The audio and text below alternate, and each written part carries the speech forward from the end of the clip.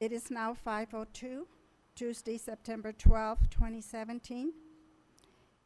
And I call to order the special meeting of the City Council of the City of Victorville.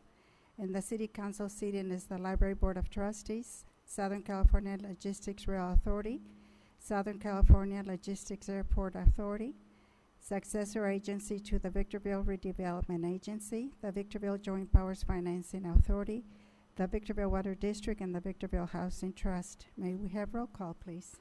Councilmember Gomez. Good evening. Councilmember Kennedy. Here. Councilmember DeGretti. Here. Mayor Pro Tem Cox. Here. Mayor Garcia. Here.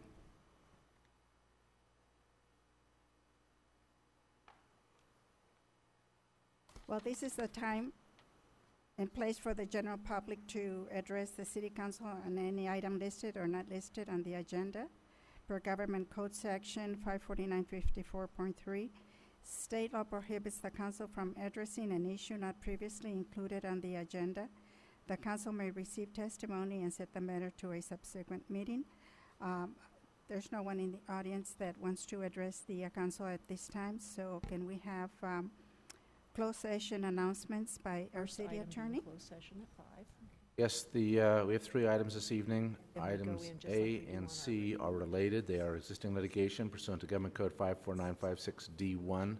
The case name is SEC versus City of Victorville, and the case numbers are set forth on the agenda.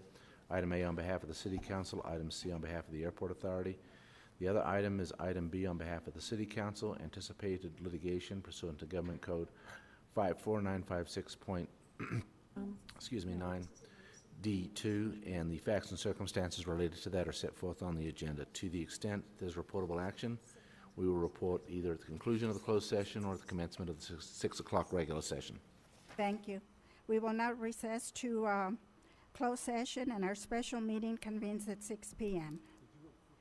The workshop items. But then there was a need for closed session.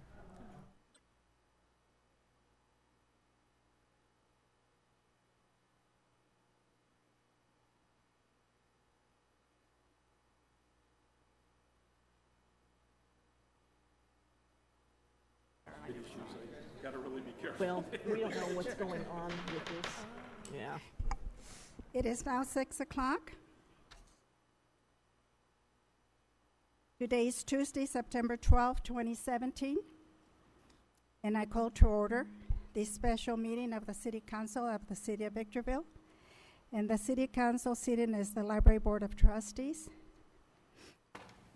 Southern California Logistics Rail Authority, Southern California Logistics Airport Authority, successor agency to the Victorville Redevelopment Agency, the Victorville Joint Powers Financing Authority, the Victorville Water District, and the Victorville Housing Trust. May we have roll call, please? Councilmember Gomez. Good evening, everyone. Councilmember Kennedy. Here.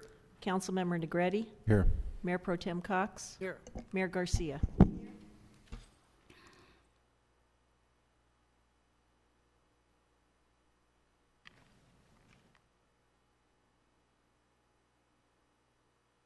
My agenda is put together a little differently. Do I call for the closed session items first? Thank you, Mayor Garcia. Yes, we had 3 closed sessions at the 5 o'clock meeting. Those items were existing litigation pursuant to Government Code 54956.9D1. That was item A on behalf of the City Council, and item C on behalf of the Airport Authority. The case names and case numbers are set forth on the agenda. Item B was anticipated litigation pursuant to Government Code 54956.9D2, and the facts and circumstances pertaining to that litigation are set forth on the agenda. At this time, there is no reportable action with respect to any of those items. Thank you. We will have the Pledge of Allegiance, and our Captain Schuler will lead us. Please stand.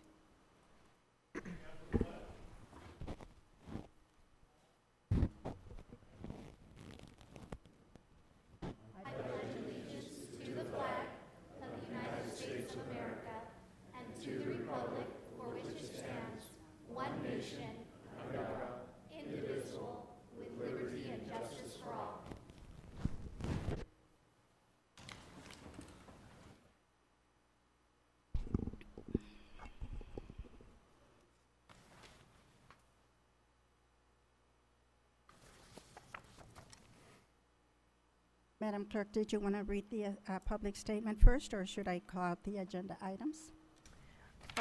If you would like me to read the statement at the time we get to public comment, I can do that, or I can do it now. I prefer that you do it now. This is the time and place for the general public to address the City Council on any item listed or not listed on the agenda.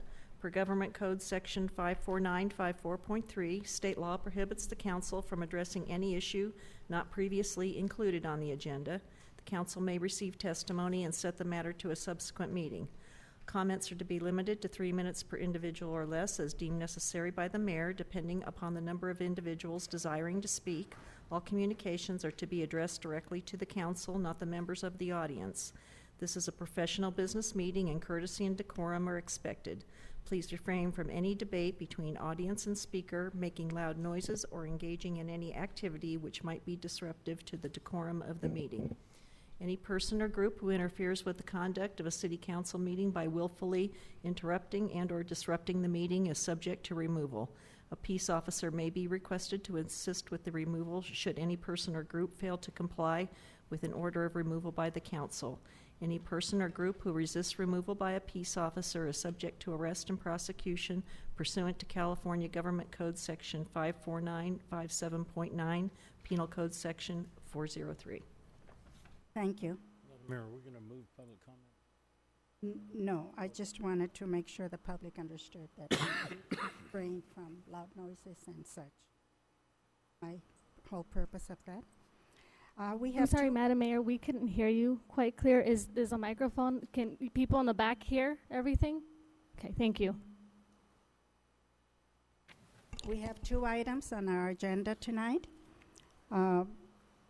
The first one is conflict waiver, letter agreement, Boulder Canyon Project. Madam Clerk, read the recommendation.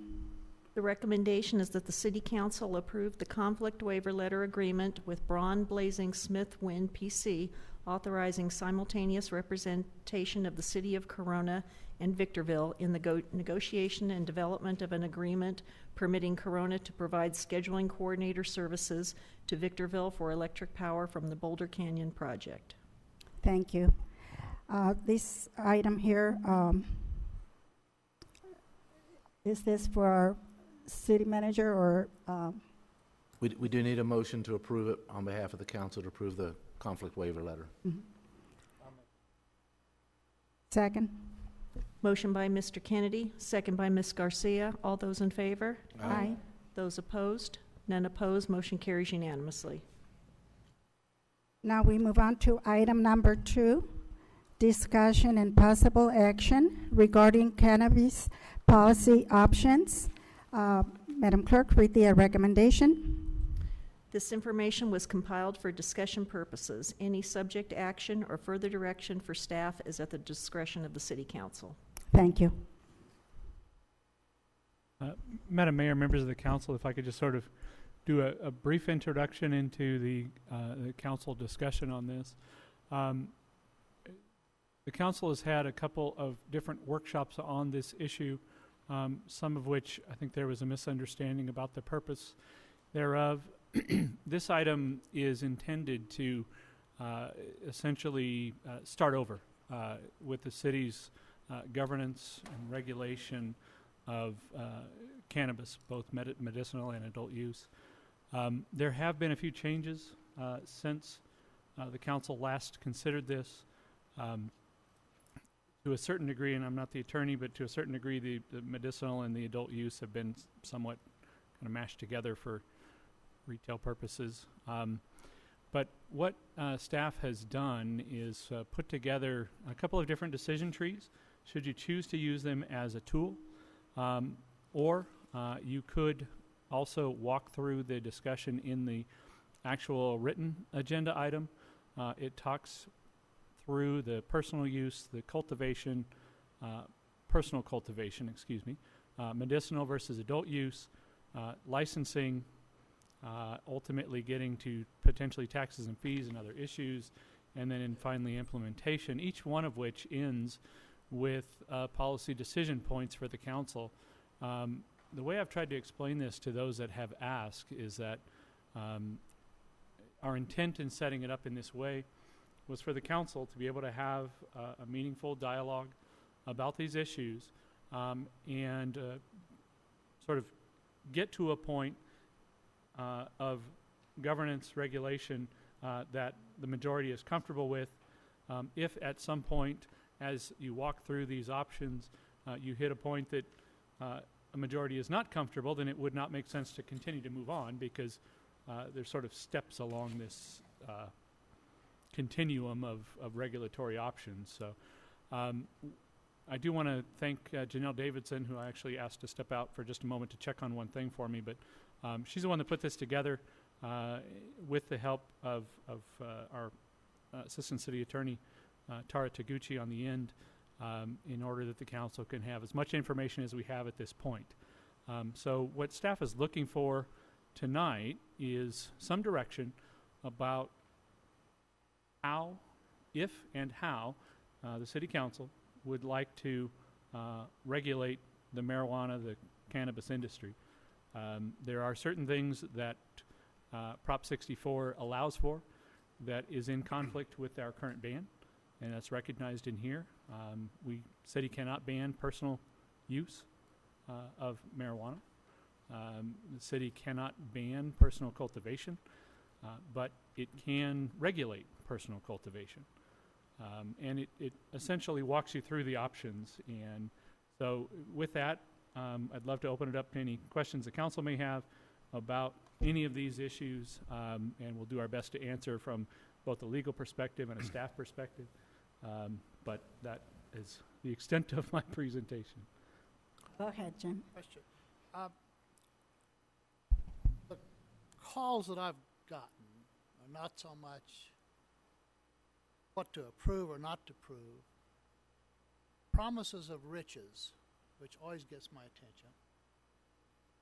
But I've never seen any factual data. Exhibit C that you provided, sales and use tax, we know requires a vote of the people. So this is just simply the sales and the normal Bradley Burns sales tax. Yeah, but the state excise tax and the state cultivation tax and the city's business tax is limited by a 218 study. Actual cost of enforcement, which is probably going to range 50 cents.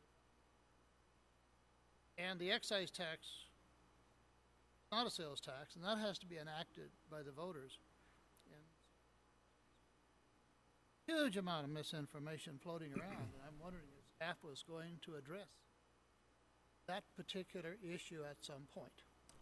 Not at this point, partially because we don't know what the council is interested in from a governance standpoint, but then also as we learned at our last workshop, although there was some discussion about whether the numbers were 100% accurate, 50% accurate, the reality is that because of the newness of this option for cities to tax these businesses or the sales, and because of the newness of this as an option in California,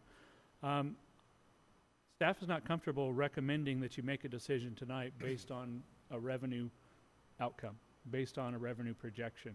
I think it's a tremendous unknown, exactly how much money there will be available. Certainly one could look at Colorado, but California is a much larger state. There are already several communities who have made decisions to move forward and are, if the decision were based on a revenue basis, there are several cities who are already well out ahead of Victorville in seeking that revenue, in allowing those businesses for the revenue side of it. My greatest concern is that because of that, there are cities who will have somewhat of a green rush effect, being the first in, who will have initial sales that will probably be through the roof because they'll be one of the only providers, one of the only options. We can't get out in front of that as a city at this point. There's not enough time to do that. I think the real question that I don't think anybody can answer right now is, what does this industry look like 3 years from now, 4 years from now, 5 years from now, 10 years from now, because over that time frame, my personal estimation is that this product will become more normalized, will ultimately, at some point, I don't know if that's 5 years, 10 years, 20 years from now, it will be just like alcohol is treated now, in my personal opinion.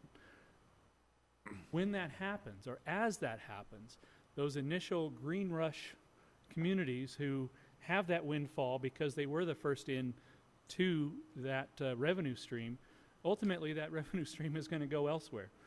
Just today I read in the newspaper that the city of San Diego is going to be allowing cultivation, which is another new big player in the cultivation of cannabis. City of Needles, I think we all know, has the power and the water that it, based on what I read in the newspaper, Adelanto is perhaps struggling with a little bit. So my whole point in that is that I don't think anybody can predict with reliance what the taxes, what the revenue might look like for Victorville next year, or especially 5 years or 10 years from now. So I don't think that's a good basis for you to make your decision. I think the better basis would be, where are you from a governance perspective of this this product? A couple of observations. One of them is, I think for the city or any governmental entity to think it can effectively regulate individuals' behavior in their home or in their backyard is probably smoking something. Any way we can do that. I think what we would do if we attempt to regulate that private behavior is we'll create laws and ordinances that we cannot and will not enforce. And that will only breed and inspire disrespect for laws in a more general way. So I hope we take regulation of personal behavior in the home or in the backyard off the table. I think it's a waste of time. The other thing that I think is likely to happen, of course, if you look back at prohibition and alcohol and what happened with that, there might be some similarities. My guess is that most of the cannabis that will be consumed in the foreseeable future will either be medicinal or it will be grown at home and consumed personally, and none of that's going to be subject to sales tax. So I think anybody who seriously expects this to generate much revenue is probably smoking something.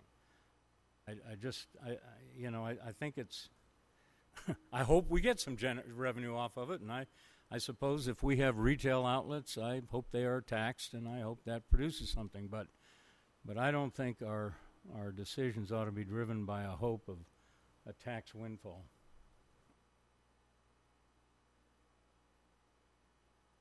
Madam Mayor, I have a comment. We tried to bring our ordinances in line with SB 54, I believe, earlier this year.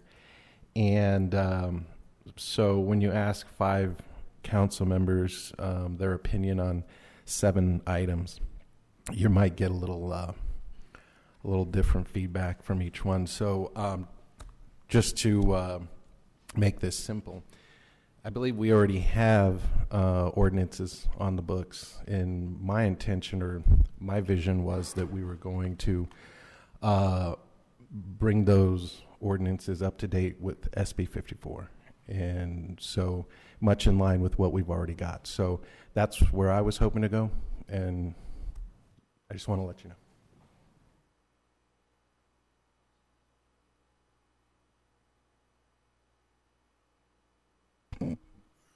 I feel the same way. We have to just abide by whatever rules we have to abide by at this time. Outside of that, I don't. Listen, So just on a timing perspective, part of the reason we needed this workshop tonight was should the council choose to adopt an ordinance that would take effect prior to the implementation of adult use marijuana in 2018, we would need some sort of direction tonight to make those changes so that they could, an ordinance based on the council's direction, could be written and taken to the planning commission for a hearing. Ultimately, it would have to come to the city council for 2 hearings, and then have a 30-day waiting period. So just backing up from January 1st, we will quickly run out of time if we don't have some sort of direction tonight on a change to our ordinance structure. I agree with Mr. Negretti that we should be in line with state law. I think it's silly to try and line up with federal law. Seems to me the one thing that we really should consider, and it sort of relates to the problem we've had with this huge number of liquor stores, maybe the only necessary regulation is to say how many retail cannabis outlets does Victorville need. Maybe that number is 10. Maybe it's 5. Maybe it's, I don't know. But it seems to me that might be a decision we'd want to look at. If we could go back and regulate today the number of liquor stores we have in Victorville, I think we'd probably set a number and just say, that's enough. We don't need any more than that.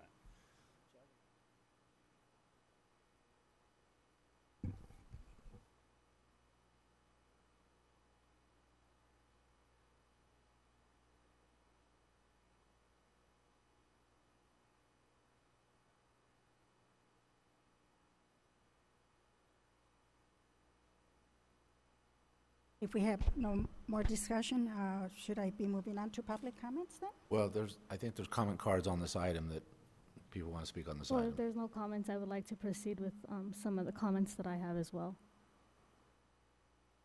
So from my understanding of Mayor Pro Tem Cox's opening question is that excise tax is only done with an initiative and the vote of the people. Is that my correct interpretation? Mayor Pro Tem Cox? Question? So is it the case that it's only done through an initiative and through a vote of the people? So that would be a question for the attorney. Yes, any kind of excise tax that's not already in existence would have to be voted on if it's in addition to the existing sales tax that you have right now. Because I know we had the discussion about cannabis and taxation. We have a 0.5 cent Measure K coming up November 2017. And that was one of the issues that we had brought up, or at least to discuss and possibly put this on the November 2017, if that was a question that arose. But we did not put that on the November 2017 ballot that's going to come out. Is that still impossible? I don't think we can make the timing on that. And, you know, if it's a tax on cannabis, what most cities are doing, Right. they are adopting it as a general tax as opposed to a special tax. I think there's only one city in California that's tried to do it as a special tax. If it's a general tax, it then has to go on a general election, and the first time that could happen would be November of 2018. So, and the difference being a general tax only requires a 50% vote of the electorate. Special taxes require 2/3 vote to pass, and also are restricted with respect to what you can use the funds for as opposed to a general tax. So I think when there was a discussion about taxing medical marijuana, if that was even an option, most cities are doing it as a general tax, meaning it could still happen, and it would have to happen in 2018. So you'd still have time to do that. Okay, so then it was a moot point to bring the initiative now, since we discussed it earlier on, and we could have had the option of putting it on that November 2017. Is that correct? If the council had given direction back when it was discussing the other tax, Right. I don't think there was any discussion about it, but had they decided back at those meetings to do that, yes, that would have been an option potentially. Again, very difficult, I think, for it to be adopted as a special tax. Like I said, it's only one city we're aware of in California that's doing it that way. Okay, and then my understanding for Councilmember Kennedy, the private use of regulation probably is not possible. So I was thinking about if that were the case and we didn't regulate the private usage of cannabis, what would we be doing when we consider giving permits? And I'm thinking about landlord tenants. I'm thinking about any non-restrictive zones. I think it would benefit the city to have an actual zone rather than just say you do whatever you want at your house, because if it's an apartment complex, that's the landlord, and you can have certain zones if that is the case. And this is a mere imaginative question that I'm trying to seek some advice. I know you're directing it, I think, at Councilmember Kennedy, but I don't think you could do zoning with respect to the residential use. Personal use, because personal use is allowed within the home, period, under the new laws. What you could regulate if you wanted to is basically commercial outlets. So if there was a commercial sales facility or something like that, you could regulate that, and the law currently allows you to do that. But regulating zones for personal use, I think, would be impossible. So then the only regulations would come in with commercial, not residential, but it would also include industrial? If that's what this council desired, that's something you could certainly look at or have the planning commission look at. Yeah, personal use, personal cultivation can be regulated by the council as far as the location, that sort of thing. So is it possible, I don't know, I don't think we have a study with any kind of zoning maps with C1s, C2s, anything that if we decided to have a specific land where we would have that cultivation occurring, or any zoning, right? So if you wanted to do that, that's something you could give direction to staff. We would prepare something to go through the planning commission to come up with those options. So if I could point the council, if you haven't had a chance to look, just to help foster discussion, Exhibit E is a decision tree that the council could use to kind of walk through these issues one at a time and get a sort of up, down, yes, no vote on regarding personal cultivation. And then Exhibit F goes to the commercial cannabis business activities, including cultivation, including adult use, including medicinal. And similarly, it's a little bit more complicated because there's more options, but the council could sort of use those to walk through and come to a decision point as to where you land as a majority on each of these issues. So I know that the city of Victorville currently has a full ban on commercial usage.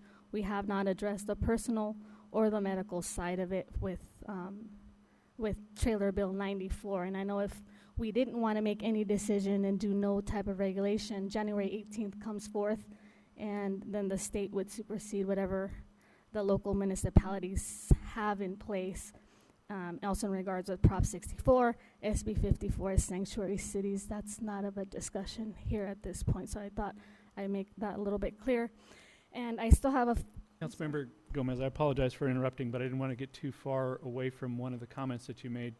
What's interesting is that our ordinance, because it was adopted when medical marijuana was the discussion point, our ordinance actually specifically prohibits medical marijuana, not adult personal use, because that was not legal per state law. So the council back then addressed what was made legal by state law, and so as a result now there's actually not a ban, depending on your reading of the law or of the ordinance. There's potentially not a ban against just the personal adult use of marijuana. Yeah, that's not what I said. It's the commercial ban, because we have not, as of today, addressed the personal or the medicinal. So there's nothing in regards to any city ordinances for those two items, just the commercial. Well, And actually, it's not the commercial, because the commercial wasn't an option when that ordinance was originally adopted. It was only medicinal or medical marijuana. So that's what the ban currently says. So just before I continue my talking points, I know there's a lot of stakeholders here, and I like to recognize them for being here and being very supportive of any way or any decision that the city of Victorville chooses to either give staff direction or not. So when I announce you, please feel free to stand up to recognize if you desire so. I have Nicolas Perez. He's the president and founder of the Inland Empire Cannabis Business Association here.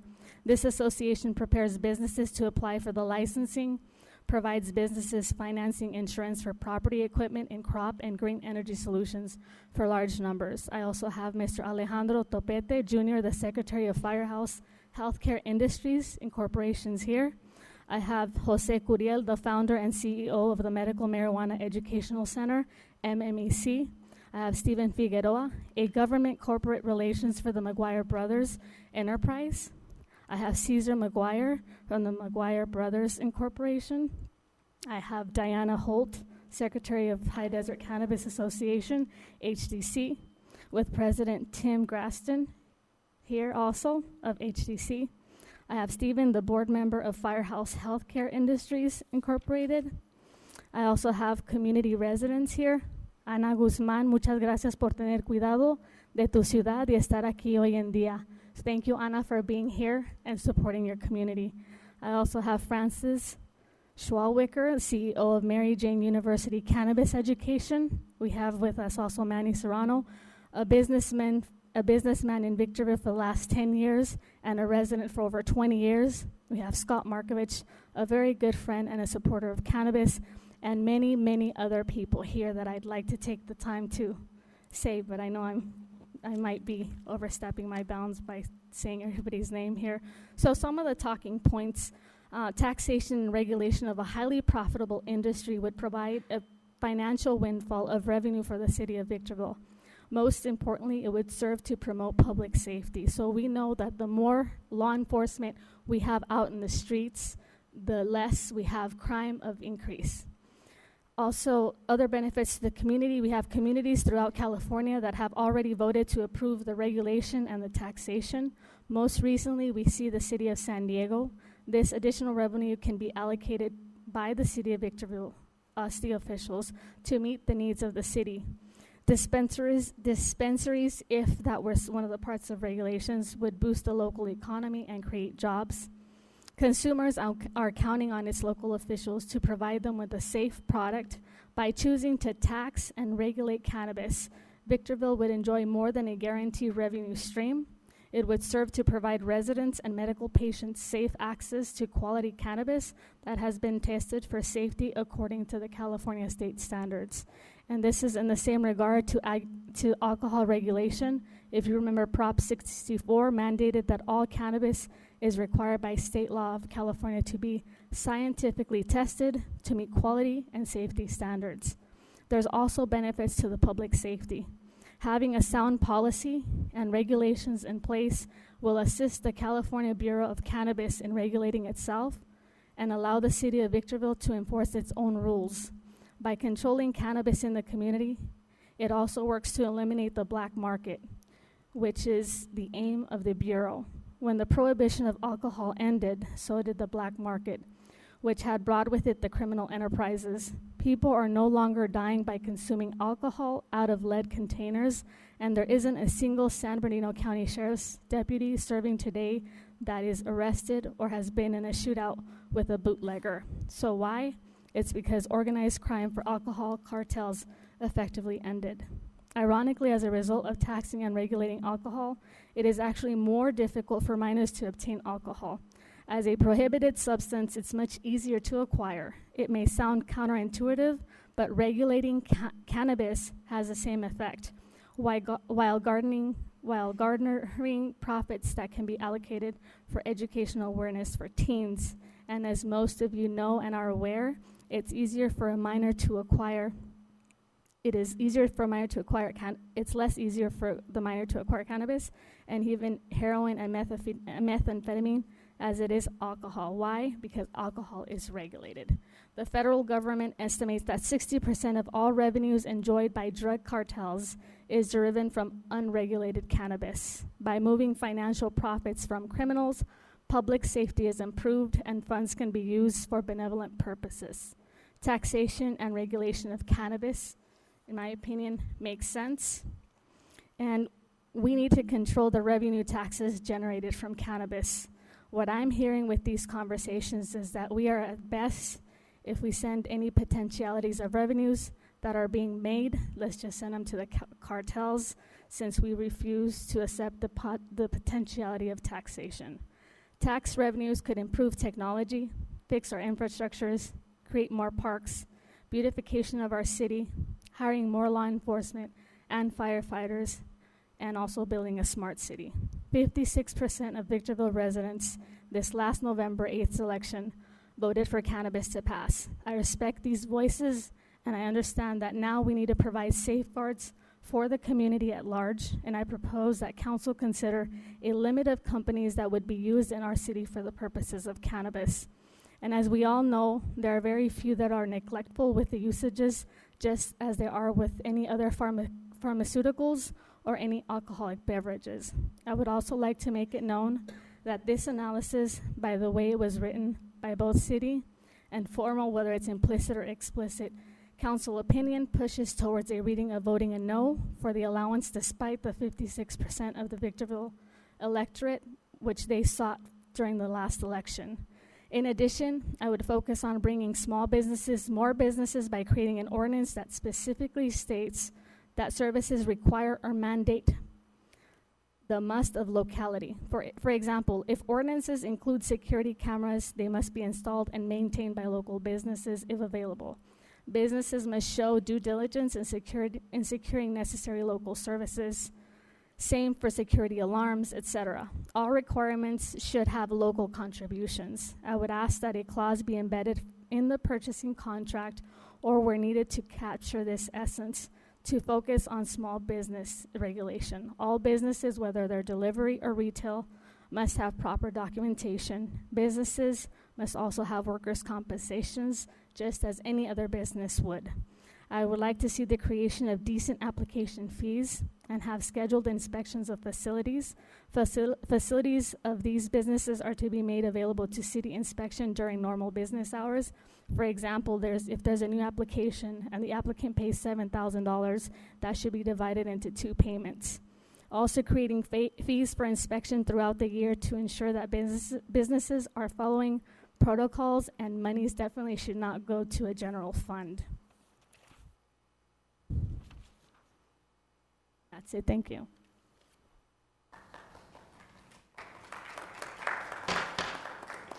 Please.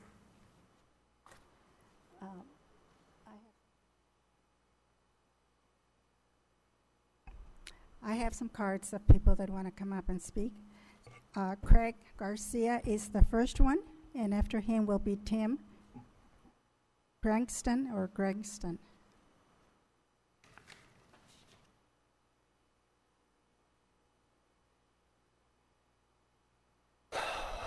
My name is Craig Garcia, and first of all, I didn't appreciate her introducing people out here because nobody else got introduced. I think that should be in your rule book, that she shouldn't be able to do that. And I know the people she introduced. That's why I stood up over there so I could take a look at them.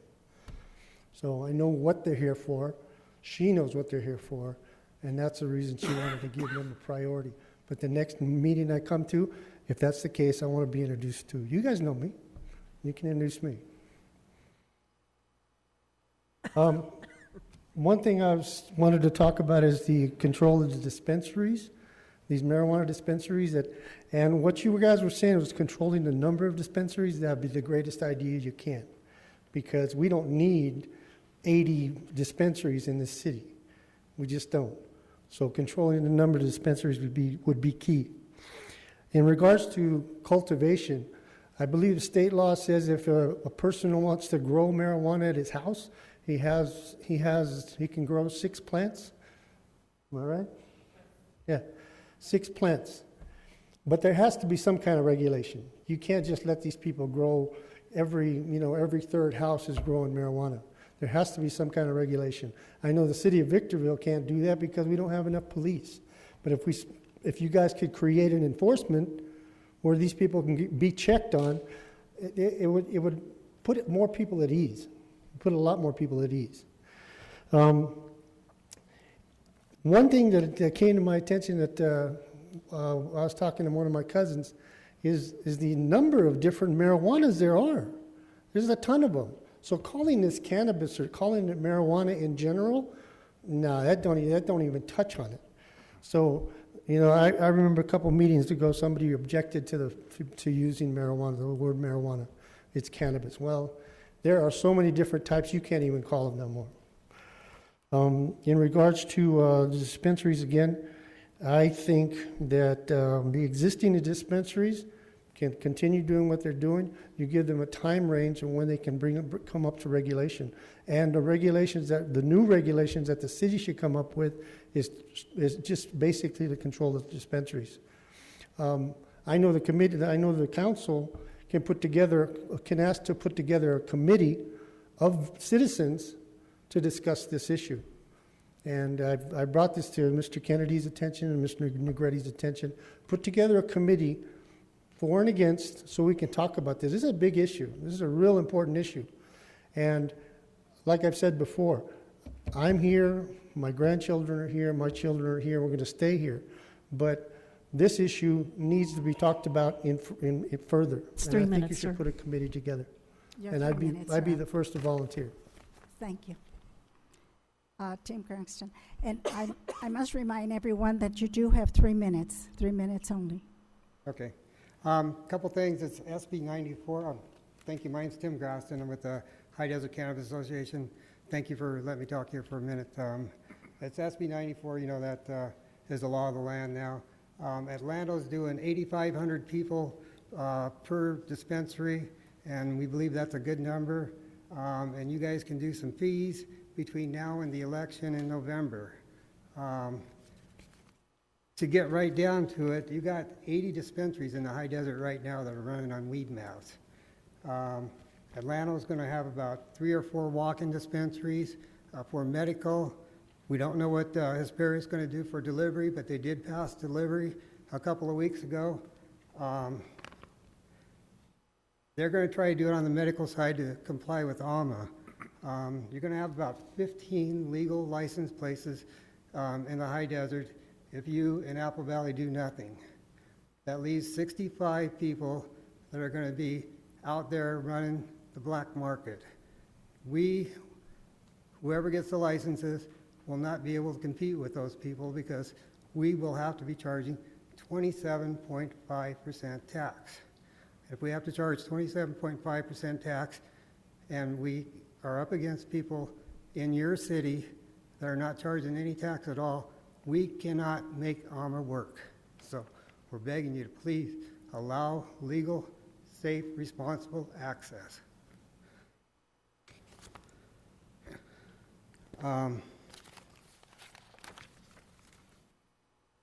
This is going to put a strain on the city of Victorville, whether you guys like it or not. The legal dispensaries are going to ask you to regulate and bring on and make the illegal market go away. So the way to do that is bring extra code enforcement in and to enforce the laws of the AUMA. So the fees would allow you to compensate for that you charge for the dispensaries, and until the election, then you can charge whatever you want. Between now and then, we need to all have a safe start at the first of the year. Nobody can get a license in the state level unless we have a city license. So we're all in a fix. We all need to work together, and we all need to work this all at the first of the year. So thank you for your time. I appreciate it. Now it's Scott Markovic, and then after Mark, Carmen Rosales. Mayor, City Council, thanks for this opportunity to come before you. 2018 is right around the corner, and so there's a lot of decisions to be made. Doug, well said. The city has a lot to do, a lot of direction. There's a lot of unknowns.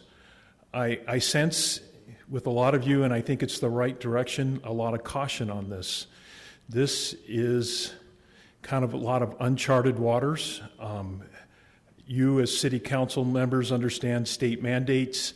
I don't think there's going to be a lot of clarity on how all this is going to proceed.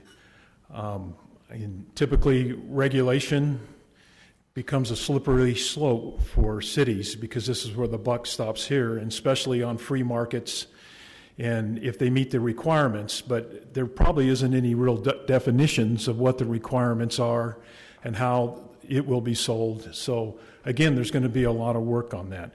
But typically, I think what your city manager is requesting of you, especially in regards to your constituents and your law enforcement, they're going to need direction, especially law enforcement, of what are the guidelines and the boundaries, because you can see where people will be cultivating in their backyards way and above, and the use of the drug or the marijuana or cannabis may be inflicting upon some of the civil rights of their neighbors who don't use it. You can see all of these things start to become a big can of worms.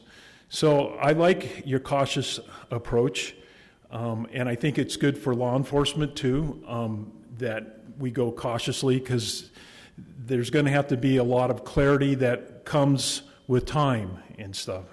So good luck. This is not an easy decision, but I've seen a significant change, as you've followed in the papers, of acceptance of kind of the new norms that are starting to happen in California, and the values and morals typically change. I personally feel it's for the better, but I think your cautious approach will work out, because some of these cities, I think, are going to outpace their infrastructure regarding the development of some of this stuff. And that could become problematic, especially when you share the same resources with the surrounding cities. So again, good luck, and stay cautious. Now I have Francis Schauwecker, and then after Francis, Nicholas Perez.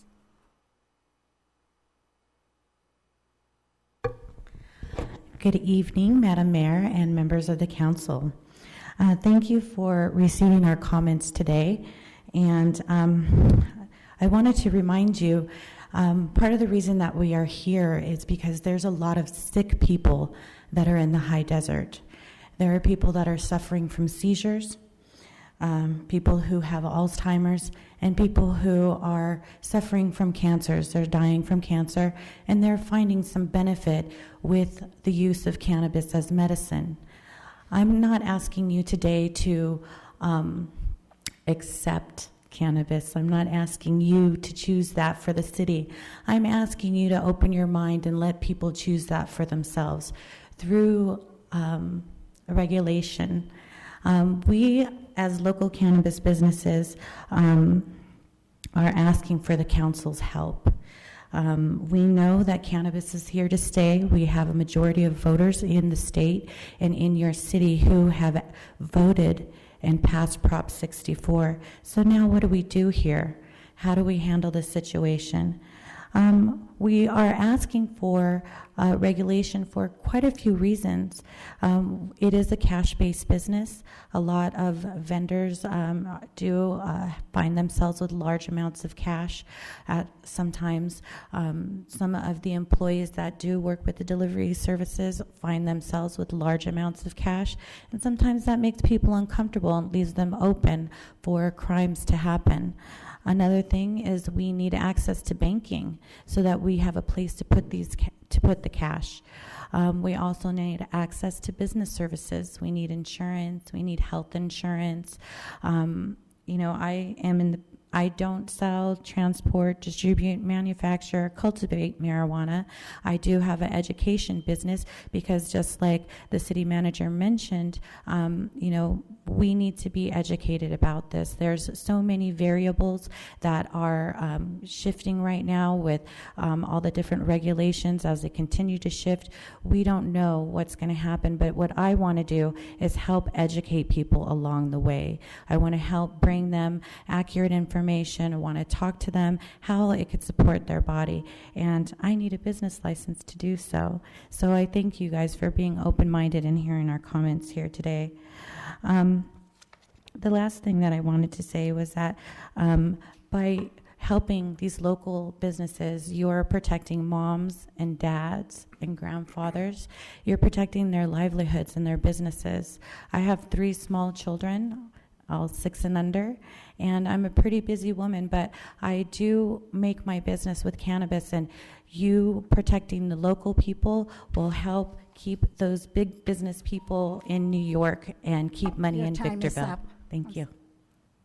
Nicholas Perez, and after Nicholas, Manny Serrano.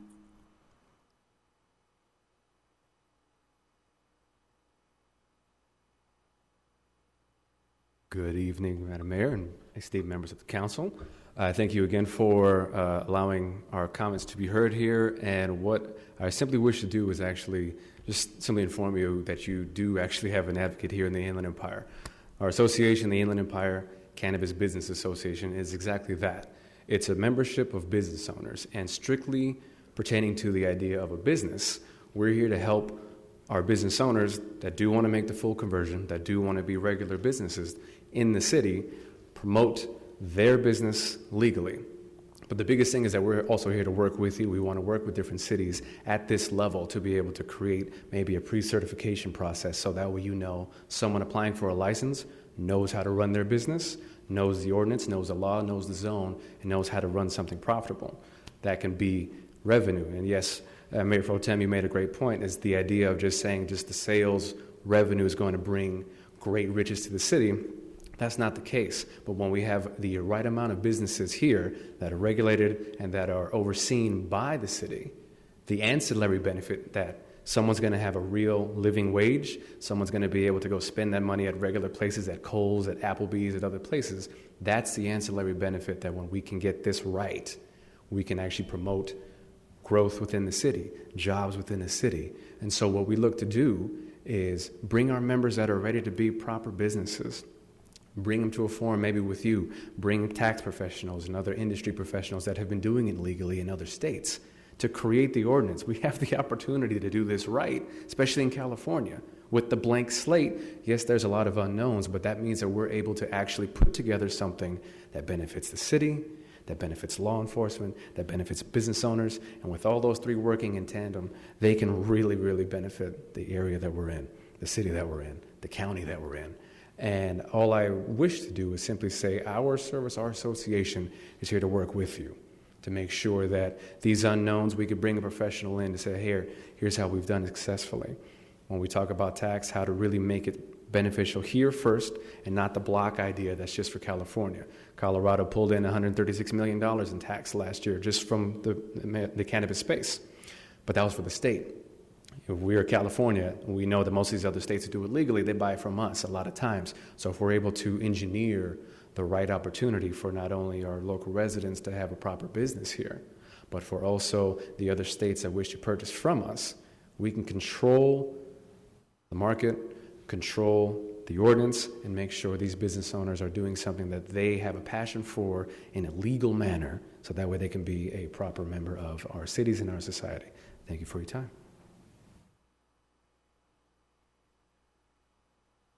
Manny Serrano. After Manny will be Diana Esmeralda.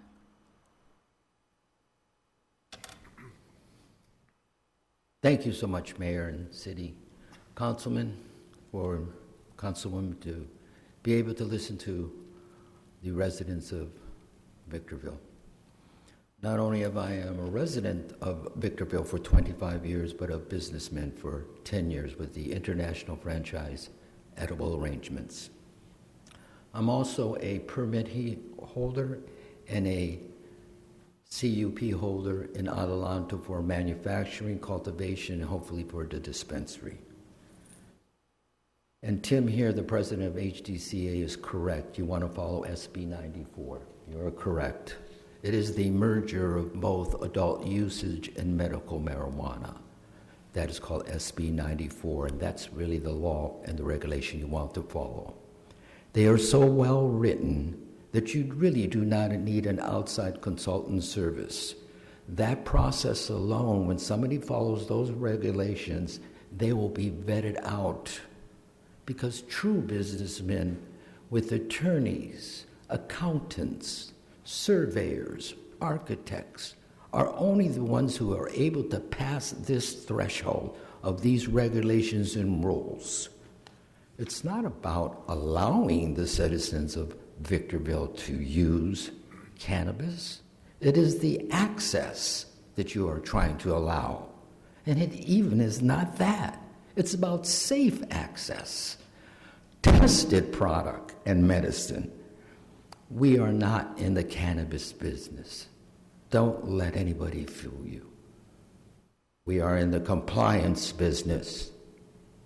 Real businessmen know that. We follow the regulations to the T so that the residents and citizens have safe access. We know that we must comply with that. And when we comply with that, people recognize that. And they go from all over the world to come to this center called the High Desert. They want to know. We are presently working with our organization with several researchers from UCLA. They are medical doctors, researchers at UCLA, and they represent 32 other medical doctors. Many of the state, local, elected officials have visited my facilities. They are impressed with the businessmen. I invite you also. You are welcome at my facility at any time. Let me show you what serious businessmen can do to bring your city to a state of wellness. Thank you so much.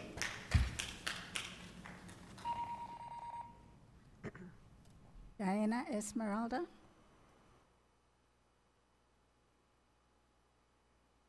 After Diana, Steve Figueroa.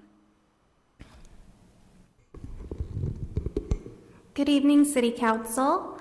It's nice to see you this evening in well health. I just wanted to speak on a couple of things on this agenda item and say that we've come so far, right? And this is about regulation and about regulating. This isn't about astronomical numbers, and no, we don't know exactly what those numbers are going to be because this is a new and emerging market in the city.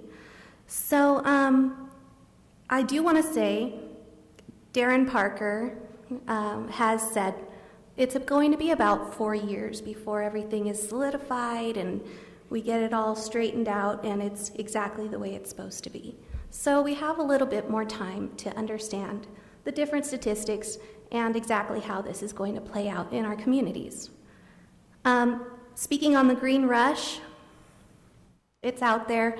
Sometimes it looks more like green slush, but it is a green rush out there, and there's a lot of misinformation, and High Desert Cannabis Association is here to help you educate the community. So we already have a reputation in the communities here in the High Desert, and people like to hear what we have to say in regards to helping them understand safe access and reasonable regulation. At the beginning of next month, we will start holding workshops in terms of cannabis regulation and licensing and helping those businesses that want to come forward and be compliant here in the desert. So I wanted to let you know that that is moving forward, and Victorville is more than welcome to be a part of that.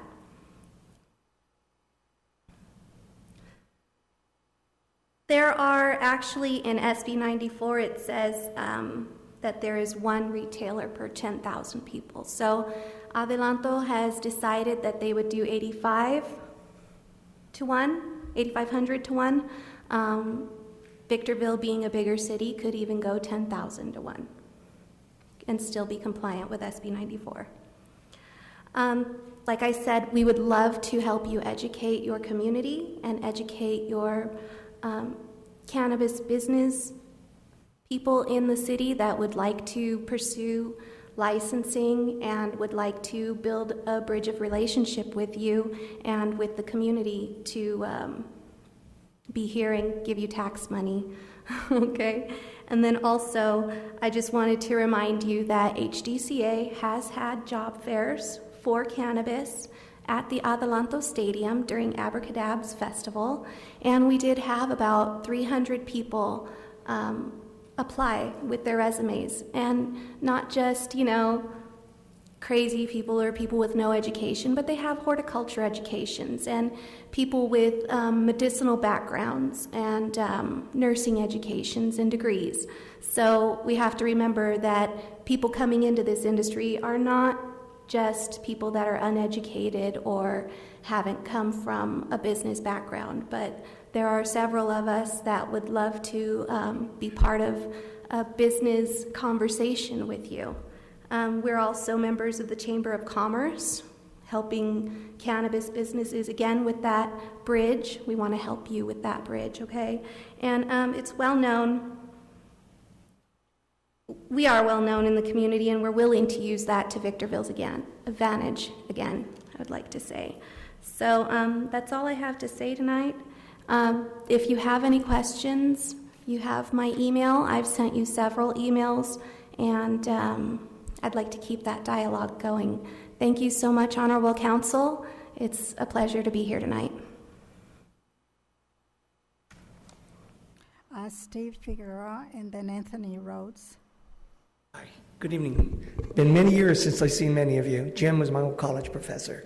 And remember when I ran for the Senate? That was my issue, make marijuana legal, and Prop 22 against Pete Knight, and it all came to pass.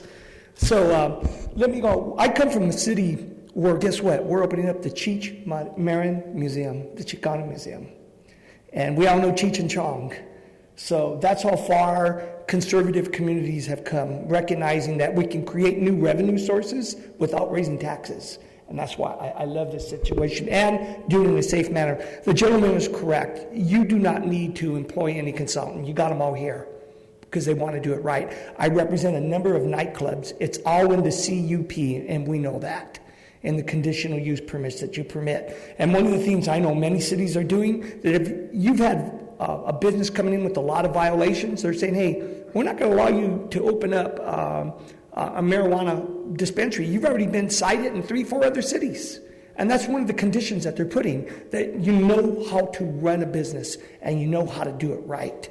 And you pay your taxes, and that you've got your salary permits. You got everything okay with the state, because SB 94 is the way to do it. But it's all in the CUPs. We want to make sure that the individuals have a successful business track. Although anybody can open up a business and be successful, we just never know. I'm happy the city is taking up the issue. I will be advocating for some businesses up here. But I'm just happy that, and hope that you can push forward. And you got all the consultants you need right here in the audience. Save your city money. I'm a person who says, I usually go against bonds and new taxes, especially when you can generate new revenue without raising taxes, and this is a great way. So I'm glad you're taking up the issue. Thank you.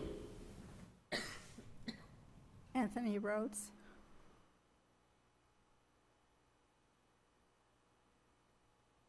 Good evening, Council.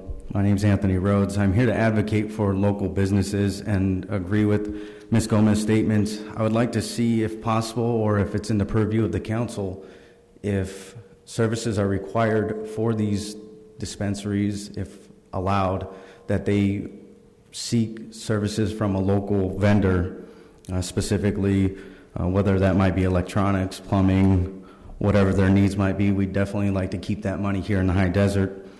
I also agree with Mr. Kennedy's statement that liquor stores are abundant, and that's just not in Victorville, but in other cities as well. But we've seen Victorville take the stand and the lead on the attack of alcohol consumption with the single-serve ordinance. If possible, maybe it's considered, as far as if Victorville decides to allow these dispensaries, that they also consider some type of ordinance that allows for or limits the amount of product that is able to leave the facility. Furthermore, limiting the amount of locations is definitely important, because we've seen the same thing with liquor stores. Just as with restaurants that Victorville has, if Victorville allows dispensaries, they're also going to see businesses from other places, or business tax revenue from other cities, neighboring cities as well. If you have a business such as Cracker Barrel that's coming in and no other city has it, well, they're going to go to you to purchase that, or to consume or enjoy that business. Just as if you allow dispensaries, you're going to see people from all the neighboring cities come here to purchase those products. I also agree with the idea of the green rush. I think initially we're going to see the revenues come in at a high amount, but they will tailor off. And that's just in terms of the retail portion, but as to also address the personal cultivation, is I say I'm a heavy guy. I eat every day. try to eat fresh food. That includes tomatoes, potatoes, squash. It's kind of funny, but at the same time, when I do eat those foods, I don't grow them myself. So for the idea that everybody's going to all of a sudden start growing because they're able to is not something I see happening because of the resources, the time it takes to do it. Just as if we talk about there's different kinds of marijuanas, well, there's different kinds of alcohol as well. You have alcohol, you have Jack Daniels, you have Jameson, you have all kinds of different varieties available. So I just think that it's more important to focus. Thank you. That was the last card that I had. So we go back to direction for staff. Mayor, I had a request to speak in the public comments. I haven't come to public comments yet.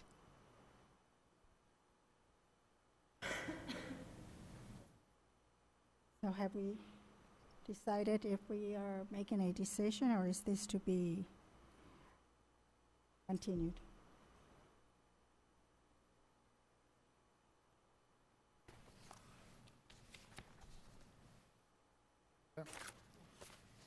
Thank you. I listened very carefully, which I did. I got a whole page of notes. I would like to go through those, and I probably have questions of staff and the attorney. And I'll submit my recommendations to the council in writing. This is only to take the input.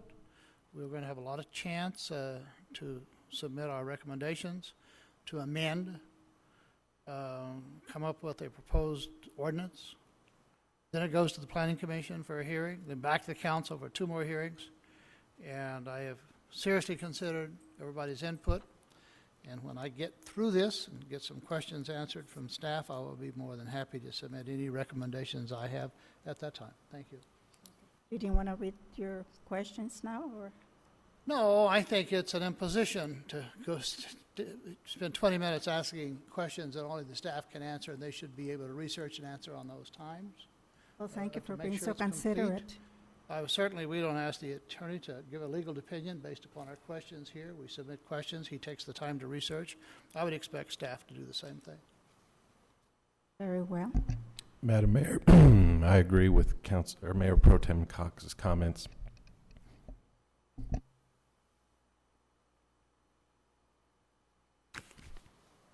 So, Well, I would just like to restate my view that we shouldn't waste time on trying to devise regulations over people's personal use. I'd like to stay focused on commercial business use. I'm not much, once we've accepted that a particular trade or business is acceptable, and we're fighting it, which, we've been fighting this for 70 years. It's always been a stupid fight. The fight's over. Let's allow a certain amount of free trade happen, as is true with other industries. I would just like to see a limit imposed on the number of retail outlets that are established in the desert. That would be my only real thought. So are we recommending for this to be continued? No. Do we make a decision at this time? Sorry, say again. Are we making a decision at this time on how we're going to vote on this? I'd like to see staff come back with some. Jim, you've got questions you want? Oh, I got a lot of questions. Posed to staff? I heard 5 dispensaries per 1,000 or something, and then there was one comment, we need so many in the desert. We're not concerned about the desert. We're concerned about Victorville. I kept very careful notes. All of these, I want to get them answered. I'm not going to get them answered tonight. That would be foolish to even try to go into those. But, I heard about a lot of use for the medicine. I'm told, I think, from the attorney, but I want to go through that on. We are really limited on what we may or may not do in regard to cannabis for medical purposes, including delivery and so on. Need to get that clarified. If there's no question and we can't regulate it, we don't need to. We need to tell the attorney to go ahead and draft it. But Yeah, we need to move forward on this, but, a lot of information here. And maybe the council is far more familiar, have more experience than I do. I'll defer to those who have that experience. And then I'd like to echo what Steve Figueroa had said, creating new revenue without raising new taxes is the way to go. I agree with Kennedy, free trade with some regulation. As Cox has also said, policy and some ordinances. So I don't know what direction, if we've given you anything or you have at least several of our opinions and you've heard, you can build some consciousness to the next study that you're going to be bringing towards. I don't know that I have any clear majority direction to be able to have staff work on an ordinance to send to Planning Commission. So my concern would be the timing of that, and perhaps the attorney could answer what happens if we have nothing new in place prior to January 1st, because this really is our last opportunity to get that ball rolling. I don't know if the council wants to look at an interim or an initial ordinance that does something other than the outright ban while you mull the other options. Just throwing out suggestions, whatever you want to do is fine, but I want you to know the full impact of the decision you're looking at making. That after January 1st, we never have a chance to have another ordinance on this issue? No, I'm asking of the attorney is, what happens with our current ordinance effective January 1st if we don't adopt something prior to? Right? No, it is still in effect. You are, even under the new SB 94, you are allowed to regulate, and we have, unfortunately, from just inaction at this point, we have a ban on the books on medical marijuana. That would probably stay in effect. What happens, let me just toss this out, what happens if we remove our ordinance and just accept the state regulation such as it is and wait and see? Then it'll be completely up to the state to regulate. The state right now is going through a process of setting up regulations to provide licenses. January 1, they're potentially going to issue licenses. Those license holders then will probably be grandfathered in. So if you try and regulate it after January 1, there's probably going to be a slew of individuals or businesses out there that will have licenses that you may be in conflict with. They will be, basically, they will supersede your ability to regulate them. And right now, on the books, you have a ban on medicinal marijuana. So if you want to relax that, this is the time to give direction to the Planning Commission to look at that issue. So, Doug, I know you said that you don't have the majority consensus, and I happen to be on the minority. Thank you for clarifying that.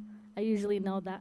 But again, I would say that there is a need for some regulations. A lot of the businesses here need those permits, and we don't want to be in conflict later on, not protecting the families like the gentleman, Mr. Garcia, had said. So everyone has some kind of safety access, and then law enforcement has direct understanding of what it is that they're looking for, because right now, what would they be looking for? So we want to provide some clarity, and that's my input as a minority here, in my opinion.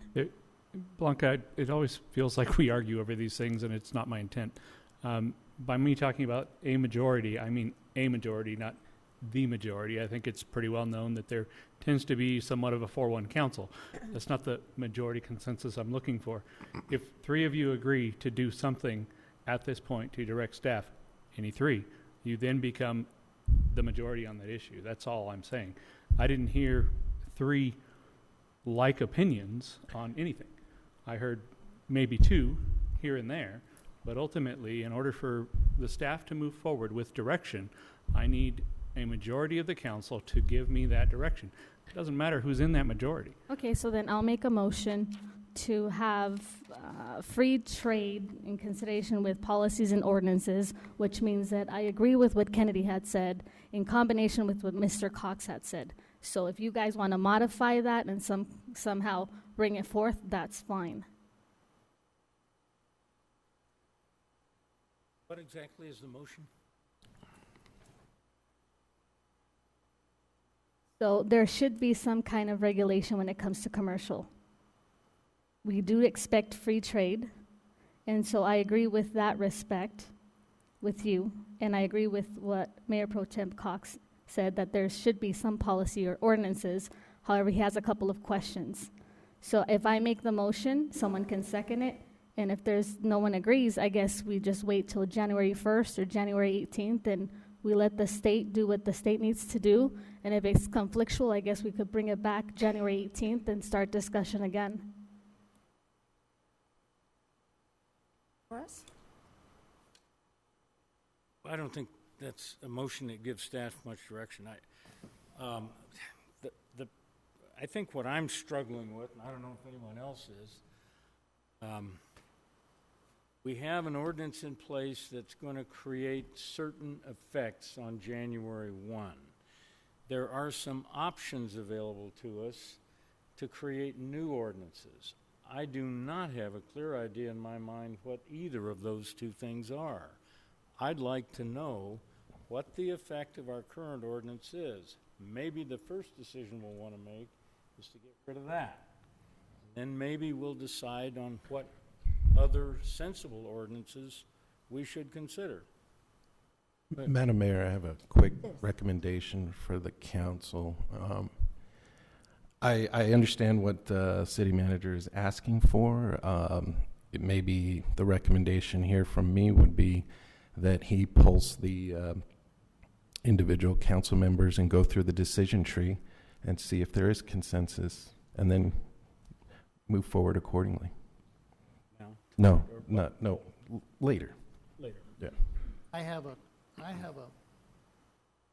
a recommendation. If we have an ordinance that's in conflict with state law, it seems like the first thing we would do is prepare an ordinance that's not in conflict with state law. Secondly, if medical marijuana is permitted, we need to draft an ordinance that says it's permitted. If the delivery is permitted, we need to draft the ordinance that says it's permitted. Those things that would put us immediately in line with what the current laws are and throw the current ordinance off the books and start moving on this. And then the other issues about how many and where and the Planning Commission's input can occur later, but if we have to start someplace, I think we have an ordinance that's probably not enforceable. We need to get rid of it. Secondly, we have things that have been approved by the voters that's permitted. We need to have an ordinance that acknowledges that. I don't see why we can't move in that direction fairly immediately. Yeah. Right now you have a ban on the books on medical marijuana, regardless of cultivation. Basically, it's across the board ban. Under SB 94, that ban could actually still be in effect. It might get undermined by new state regulations, but at the present time, SB 94 allows local jurisdictions to regulate medicinal and medical marijuana. When in January 1, there will be no ability to regulate cultivation, distribution, manufacture, essentially, or of commercial recreational cannabis.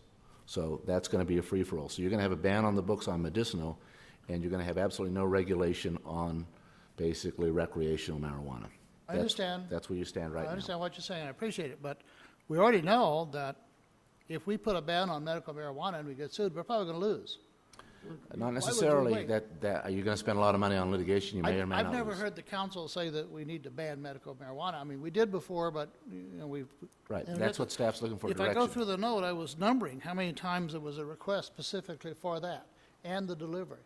How about if we make a motion for staff to bring us back whatever action is required to remove that ban? Step one. I agree. So there's a motion on the floor, so if it would be said that it died, so it's not just lingering, because then we have a substitute motion and a tertiary motion, it just confuses the entire thing. So if my motion died, it just died. That's correct. There was no second to your if there's motion, so that died. the substitute motion from Negretti, no one seconded, his died. I don't think those were motions. They were Made a motion. they were recommendations, is He what I was believe. making a recommendation. He used the word motion and then started discussions with Kennedy. So I took it as a substitute. So if that's not the case, he doesn't have anything. So now we're on Kennedy. I just want clarification. I don't want to try and eat the elephant all in just a whole series of bites. I'd like to just take it a bite at a time if we could. That seems, I mean, I think your points were good, Jim. I think if we come up with an ordinance that's consistent with state law, it's going to deal with medical, it's going to deal with transportation, it's going to deal with retail. I don't know. The questions, yes, the first thing you could do is you could have a motion as to whether or not you want to eliminate the ban on medical and medicinal marijuana. That's my motion. We'll see if it goes anywhere. Councilman Kennedy, I have a question for you, though. I understand what you're saying about being consistent with state law, but very early into the state law allows the council the discretion to then regulate. So the state isn't telling you how to regulate, it's giving you the opportunity to regulate. So it's not that simple, is all I'm saying. Isn't the state going to establish rules on January 1 about this issue? Yes. Isn't that what we want to get in? The city council ultimately needs to decide what it will allow within those rules. What level of marijuana use, whether it is, obviously, it sounds like there's no support or not enough support for a complete ban at this point.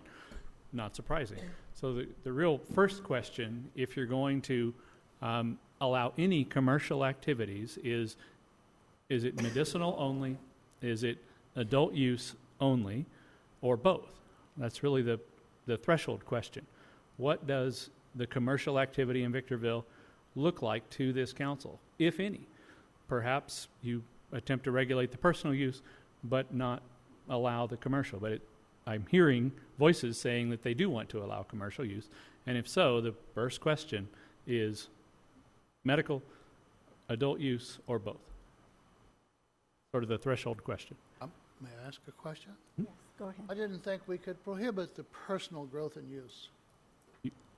You can't prohibit it. You cannot prohibit personal growth and personal use. Should that be included in an ordinance to acknowledge that we're not going to prohibit? It could be included in there. That's consistent with state law. Okay. However, you can regulate the commercial side of that. And talking about the personal use, you can regulate the way the personal cultivation happens. You can regulate it to indoors only. You can regulate it to outdoors only. There's various options. Not making any recommendations, but those options are available. How we would ever, just being honest here, how we would ever use code enforcement to try to enforce those regulations would be difficult. So I think that's why you're focused on the commercial activities. So yeah, you need to decide, do you want to regulate commercial activity, be it medicinal or be it personal recreational use or not? You cannot regulate personal use, personal growth, and personal use in a home. Right. You can put some. I take it back. You can put some regulations on that, but you're right. As a practical matter, enforcement's going to be almost impossible. I'm doing my best to not impede on the council's discussions because I think it's healthy. If you're looking for sort of an entry level, if you will, I think directing staff to remove the ban to be compliant with the proposition and with SB 94. I think that sort of entry level for the regulation would be to allow for deliveries of medical marijuana within Victorville, but not allow for the retail sales. That's the Is there entry level. any reason we should ever adopt an ordinance that says we're not going to do something? Should we ever adopt an ordinance that says we're not going to regulate this or that? Well, no. We're suggesting you have an ordinance right now that does regulate it, and the question is, do you want to get rid of that? What I'm saying is, if we don't want to regulate personal use at this time, can't we just be silent and let that go? You can on personal use. Then the question becomes commercial or just personal use in the home. And are you saying we have to deal with that before we can make a decision to get rid of the existing ban? I'm not saying you have to deal with it right now. I'm saying that if you don't put any regulations in there come January 1, there's going to be potentially anybody could open a commercial marijuana business. That could be a cultivation business. It could be, all types of different options because you have no regulations on the books. But we're going to have more meetings between now and January 1, am I right? You don't have a lot of time to get that done. We need basically a green light right now because of the time frames involved in adopting an ordinance, the public hearings involved, the need to go through the planning commission. We don't have a lot of time. When does the light turn red? Tara, what the last date would be? I think you've got about bright 2 weeks. orange right now, I think. Well, as far as the last day, there is a requirement under SB 94 that the state check with the local jurisdiction before it issues a license. And there's like a 60-day period in which you're required to respond, otherwise they will issue the license. So although really it would be best to have something in place before the beginning of the year, arguably there may be a little bit of tiny bit of room to move, but our understanding is that's, if they don't hear back from you, then they might just go ahead and issue one anyway. And the kind of regulations that I think staff is talking about is basically, if we are going to permit these types of businesses, where are they going to be located? How many? What types of security devices do they have? What are their hours of operation? There could be zones or areas, places you don't want them too close to a school or whatever fits in with the state. So those are the sorts of things that would need to be determined, as well as reasonable if we're going to do regulatory type licensing fees.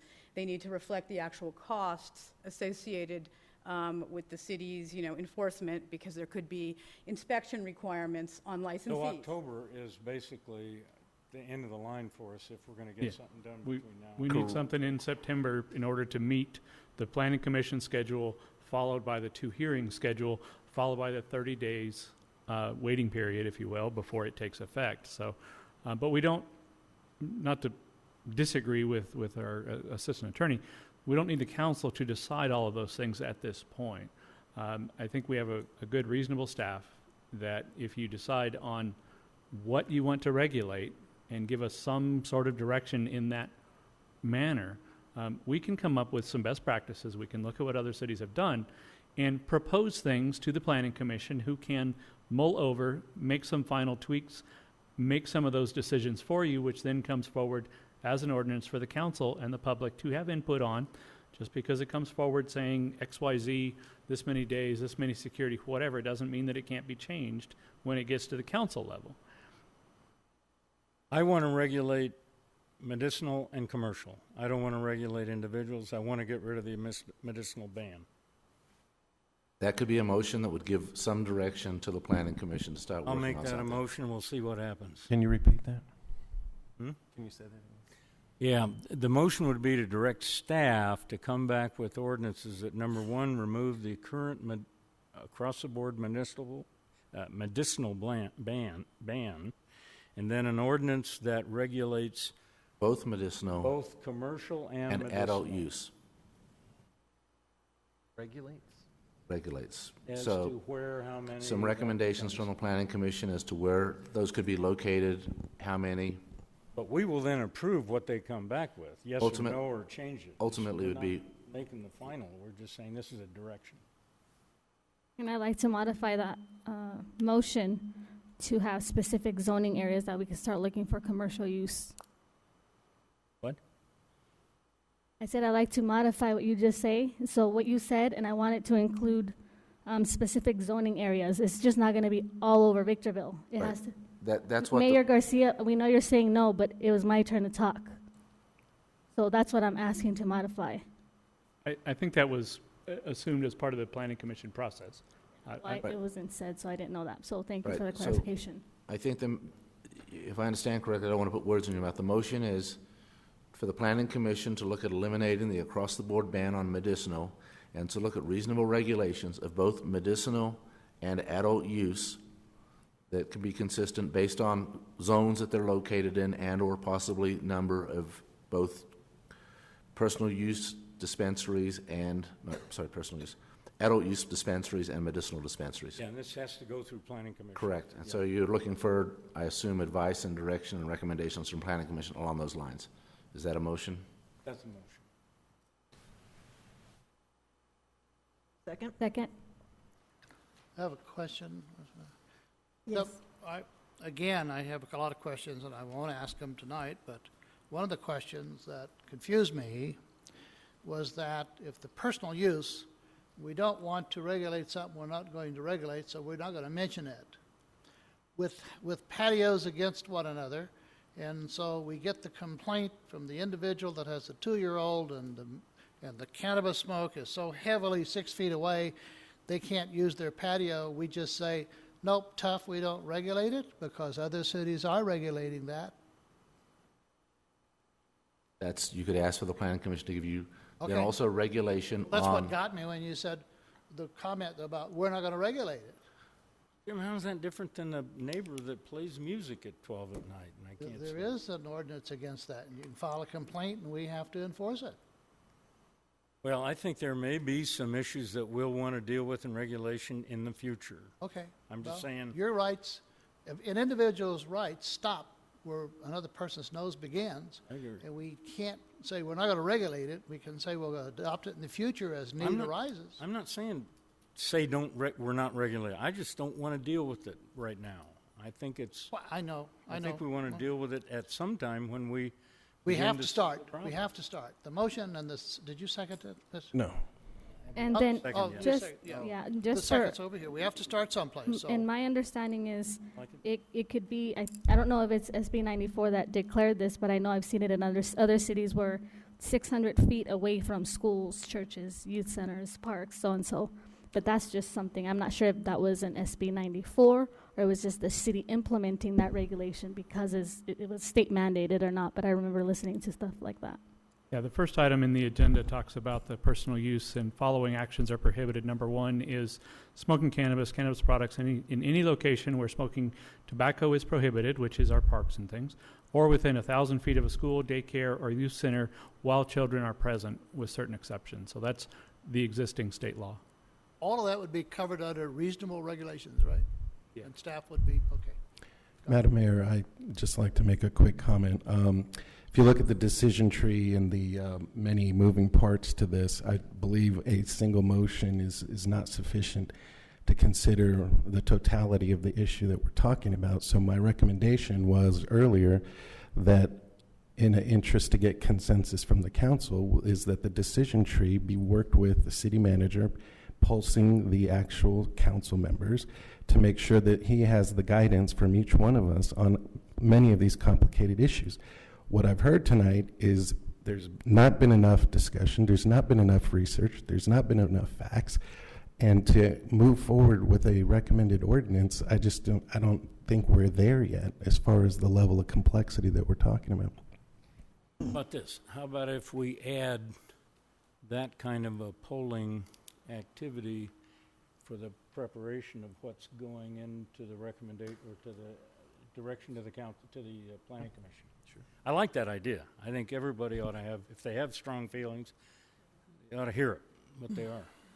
And it's interesting we talk about that because in my several hours upon hours and weeks upon weeks in talking with staff individually and as groups, I've actually sat down with them to have these discussions so that when we come up to the dais, we have a well understanding of how our votes would affect the audience and the taxpayers and everyone else. So for me to hear some of these comments to say, how many hours did you spend in education would be the same way. How many hours did you spend behind closed doors talking with staff, understanding and getting more knowledge so that this can move on consistently?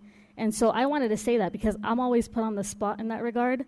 And I am new. I've not been here for 2 years. So for Mr. Negretti to be here 2 years and not to have had that educational conversation with the experts that we have on staff, I mean, there is no need for in the future to say, Blanca, how many hours have you spent? Why are we asking these questions? Because this is very healthy conversation, and I really enjoy this. So I laud you for coming up to say this, because this is exactly the kinds of conversations we need to start having.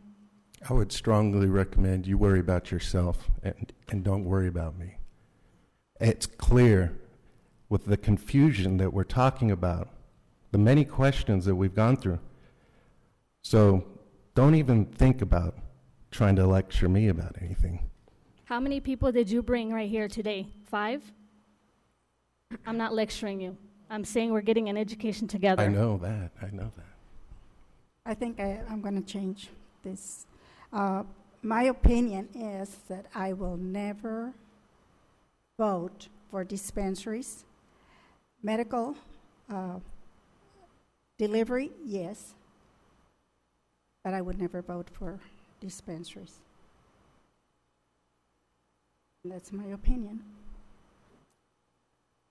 I have no control over personal use and 6 plants that they can grow, and of course they're going to grow more than that, but we have no control over that.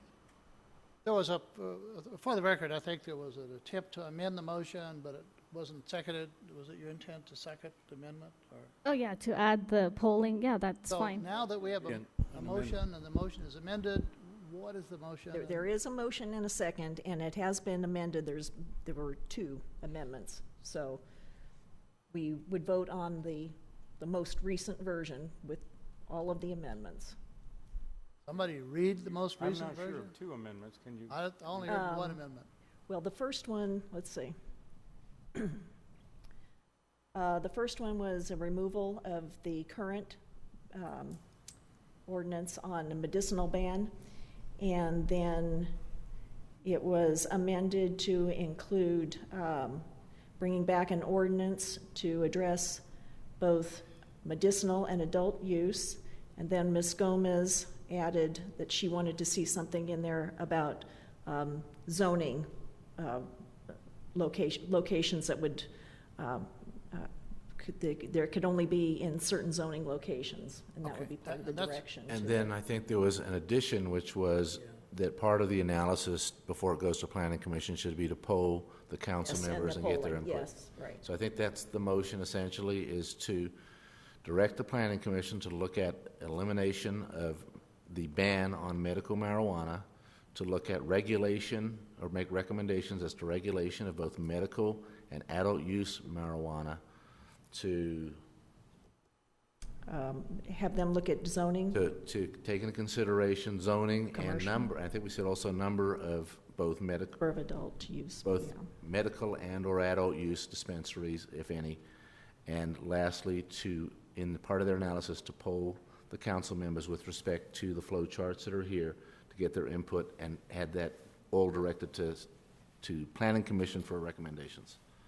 But before you take a vote, not to switch roles with you, Andre, but I'm a touch concerned about the polling option and that potentially being seen as a violation of the Brown Act. So if you say it's okay, I'm 100% for it. If you But poll before them, we do that, I need to hear from you that it's okay to do it. you have to poll them without anybody else being in the room individually and just get their opinions, and you can tally those opinions and pass those on to the Planning Commission as long as there's no consensus building amongst the members. I just want to be sure. What Eric thinks, so I decide if I agree with him or not. That's Right. No, I know how to poll, but typically I don't get direction to poll. Normally it's something that we do a lot of times before an item comes forward, just to get some sense for where the council Yeah, is. but with our or if time there's not a meeting, constraints, I so. think it's appropriate. Yeah. No, it's fine. And I again, just no consensus building. All you're going to do is ask the want questions. some city attorney holy pass water those on sprinkled to the on that direct- process, and I'm right. good. Okay, so I can move on to public comments? No, we Oh, got to do We're having a vote on the On motion. the motion. Did you do the motion yet? Call for the vote. Oh, we've heard the motion. Haven't we heard Call it? for the vote. So there's a motion by Mr. Kennedy and the second was Ms. Gomez. All those in favor? Aye. Those opposed? None opposed? Motion carries unanimously. Thank you. Now we move on to public comments.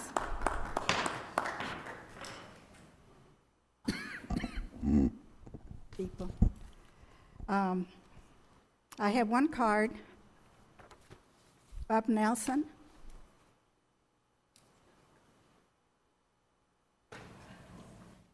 What is this? What speaker?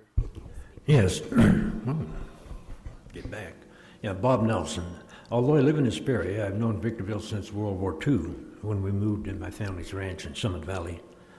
Our founding fathers gave us 3 rules for making wise community decisions, best meeting the needs and goals of the community during a public meeting, found in the First Amendment. These meetings should be open to all wishing to attend, with no rules regulating free speech and a free press on watch to make sure the first 2 rules are followed. This evening, a small test of that 3rd rule, the presence of a free press on guard to make sure the first 2 rules are followed. The following 300-word letter to the editor will be mailed to the Victorville Daily Press tomorrow. If we have a free press on guard during public meetings, as intended by our founding fathers, you will read this letter in the Daily Press within the next few days. If not, We urgently need a real free press for the high desert region. The letter. On April 16th, the San Bernardino County DA's office, for the 10th time since 1996, will request the dismissal of a PC 403 public meeting disturbance case unethically filed with exculpatory evidence in hand, People versus Nelson, with 3 PC 403 counts of unlawfully disturbing Hesperia City Council meetings of June 6th, 20th, and August 1st by a breach of a 3-minute limit on rostrum speakers, and 3 PC 148A1 counts of unlawfully resisting or delaying those arrests. The star defense witness at trial would have been County DA Michael Ramos himself, admitting he dismissed a 2004 public meeting case in People versus Nelson, MSB 076720, because essentially the defendant did nothing wrong in refusing to yield the rostrum on being told his 3 minutes were up at a public meeting with many speakers and a long agenda. Further, the website archived meeting videos show these were lightly attended meetings with few speakers, adjourned with over an hour of scheduled meeting time left, and so lacked Brown Act authority to impose a time limit on First Amendment protected speech in order to ensure that all wishing to speak might be heard. Finally, the deputy's belt recorder would show these were essentially standard PC 847 arrests, how-made arrests. Each time the speaker, on being ordered by the deputy to leave the meeting, replied by asking if he was being arrested, until the deputy finally said yes, followed by full cooperation. Clearly, public meetings in this county lack 3 essential elements as intended by the Constitution to make decisions best meeting the needs and goals of the community residents: freedom of speech, elected officials taking seriously their honor oaths of office to support and defend the Constitution, and a free press on watch. Copies of my ephemeral press are available on the back agenda table, and I've given each of you folks a copy. Thank you. Madam Mayor, before we adjourn, I have one request of the council. I have submitted an opinion to the Daily Press, and I'm hoping they'll print it as a Valley Voice item. And it deals with the tax issue that's before us on the November ballot. And one of the things I've said in that piece that I sent to the Daily Press was that I was going to ask the council to create a standing agenda item for public discussion for every meeting between now and the November election, so that we can encourage and invite a public discussion to give the factual information, not to advocate one decision or the other, but just to give factual information. It's my hope that we can get some public interest in this issue and get a real serious discussion about it. So I don't know how... Inappropriate to do that tonight. I would put it on the agenda for next Tuesday night. It's worthless. It's worthless. Well, but next Tuesday night. There's no time. You can't get a meeting. That's it. I understand. You can't have a vote on it tonight. You've got a meeting next Tuesday night. You can put it on that agenda. Okay. There's no other business before the council, so meeting is adjourned.